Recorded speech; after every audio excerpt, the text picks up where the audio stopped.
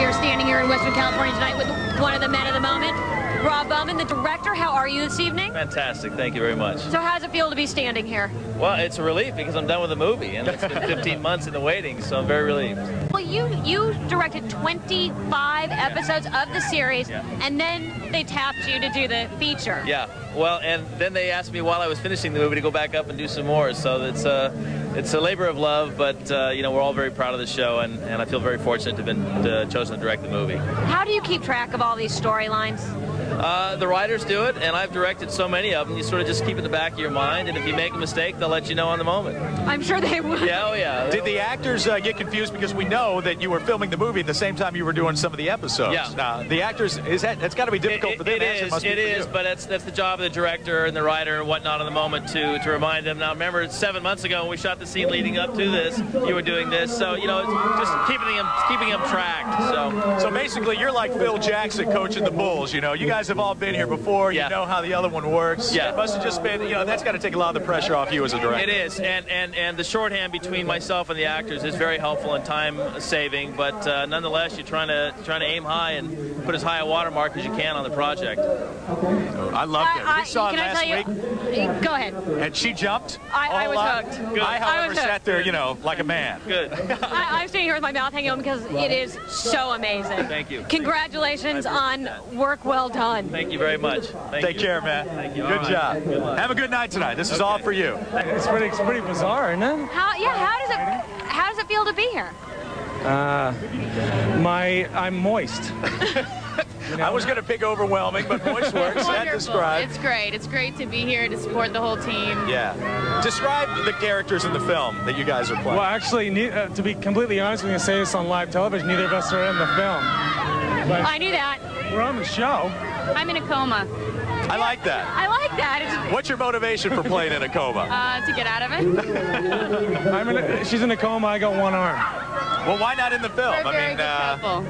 Well, you know, when Chris spoke to me about it not too long ago, he said the reason they didn't have the time to describe and get into the characters that had a long, extensive, kind of dark, interwoven past in the show, you know, and both of us kind of have that. It's There's always part deux.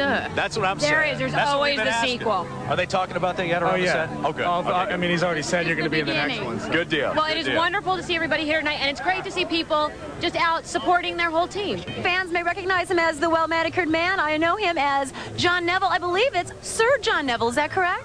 No, it isn't. Oh, it's not? Well, how do you like that? I just knighted you right here. That's very kind of you. You better speak to the Queen, I think. Next time over there, I definitely will. Let me ask you about the question about the title. Got an OBE, I think that's what's confusing. Order of the British Empire. I see. I always get those two confused. Okay. Now, you have a great role in this movie. A lot of fans, I bet you're really excited to see so many people here. One quick question for you. The Well-Manicured Man, how did that title come to be? Well, I think Chris Carter has this thing about three names. Like there's the cigarette-smoking man, the well-manicured man. I think it helps because it gives it an anonymity. Yes, absolutely. Can we see those fingers? Look at that right there. Todd, Melissa, back to you. I know exactly who she is. I saw Lost in Space 8 times just because of her. We've got Mimi Rogers. How are you this evening? Well, I'm a lot better now. Yeah, see? So, huge summer for you. Yeah, it has been. It's been a really good year so far. Did I mention I saw Lost in Space 8 times? Yes, you did. Oh, okay. And I'll pay you later. Okay, Thank good. you. Now, you've worked with David Duchovny before, right? Yes, we did the Rapture together. It's interesting in this movie, you can tell the chemistry he has, not only with Gillian, but with Chris Carter and everyone else. Did he have that with you on the set of Rapture? I mean, is he an easy guy to work with? Very easy to work with. He's a very bright guy. You Yeah. probably noticed that. And, you know, very committed to what he's doing. And he's a sweetheart. We've stayed really good friends, which is how I ended up on the show. Oh, good. So you're a central character in the last episode of the show. Now the movie, are we going to get to see a whole bunch of you next year? That's quite a possibility. And if we're not going to see a whole bunch of you, when does Lost in Space come out on video for purchase? I think pretty soon. I think good. later in the summer. Okay, good. Well, we appreciate you standing and waiting to talk. It is a pleasure to see you. I have with me now a gentleman who is in the movie. His name, Armin Mueller-Stahl. He says it much prettier than I do. Say your name for me one more time. Armin Müller-Stahl. Oh, isn't that beautiful? I tried, but it just didn't come out that way. It's in German, yes, of course. Now, you are not a member of the regular series, but you are in the movie. What do you think the fascination is with the X-Files? So many people are so interested. Oh, I'm excited too, because this is the first time I'm in this big, huge movie, and you know, my grandkids always ask me, bring me autographs from him and from her, please do it. So I'm very excited to see it. And for some reason, it's always interesting to have a connection between Earth and sky. Part of the film. Well, thank you so much for talking with us. Enjoyed your performance in the movie and have a great success with this. Todd, Melissa, what's going on back up there? X-Files, baby, X-Files.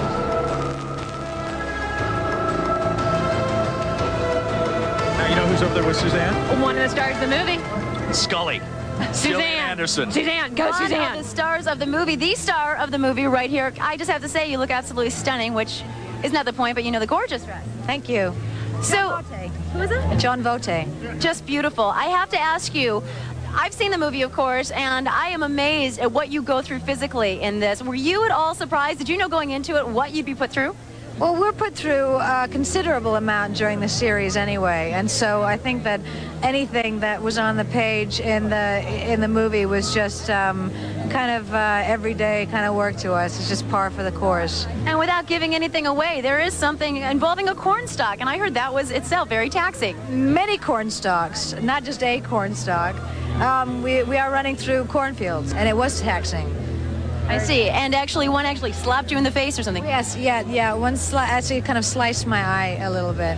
You say it in passing. Oh, it sliced my eye. No big deal. Well, it's in the past. There was nothing I could do about it, and it healed, so there's nothing to complain about. Yeah, that's the good point. And, you know, I have to ask you, what is the biggest difference, if you say it's similar to when you do the series, what is the biggest difference in doing X-Files, the movie? Well, the stakes are higher for us, as you know, they're higher for Fox in doing its first movie. They're higher in the script and in the movie itself. The plot line, it deals with much more dramatic, and I'm sorry, I'm being. It's hard to concentrate when these people are talking behind me.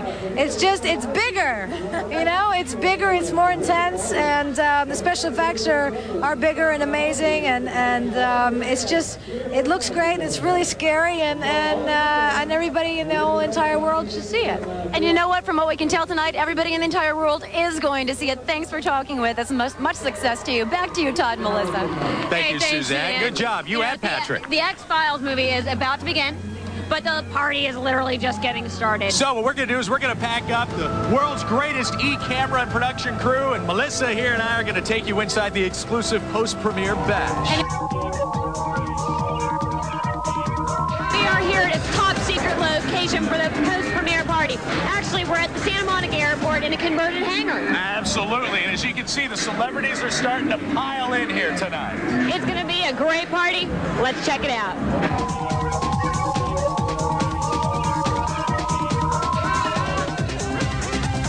So how was it seeing it with a theater full of people? It was fun, and people genuinely seemed to enjoy themselves. They reacted properly in all the right places. They absolutely did. They laughed a lot, too. It was unbelievable. It was excruciatingly scary and so overwhelming and so great. I mean, I'm a little, you know, a little shaky. So what'd you think?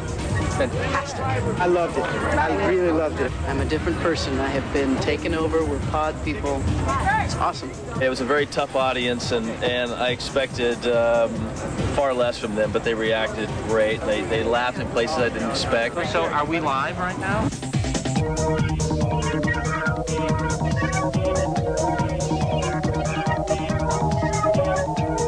It's a terrific movie, I think. It's fantastic. I think that's one of the really cool things about it is that it stands alone as a film. Everyone came out and seemed to really love the movie, so it's a big night.